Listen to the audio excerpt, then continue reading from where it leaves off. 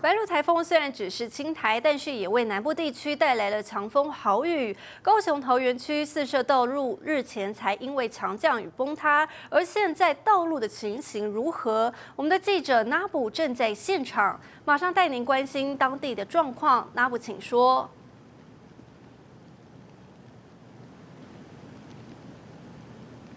好了，主播，这个我们现在位在是高雄桃园山区的四社道路旁，而四社道路呢还没从利奇马台风的破坏中来恢复，现在又遭遇到了白鹿台风。而在高雄桃园的山区呢，雨势虽然不大，但是是零星降，一直不断的下不停。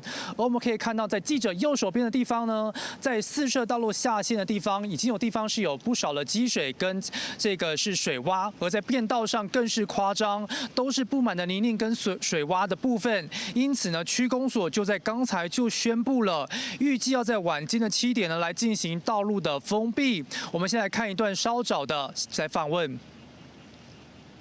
维修已经有变道，但是我们最担心下方的一个滑动。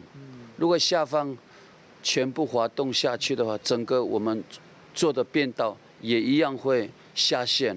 所以我们还是为了安全，我们今天晚上7点。 我们还是做封闭的动作。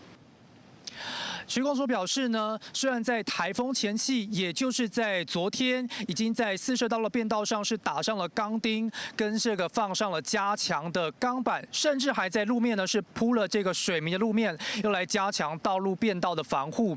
但是就是担心，如果入夜之后呢，雨势过强，可能会造成一些危险，因此最后还是决定要来封路，也呼吁了居民，如果封路期间呢，千万不要来强行通过，以免发生危险。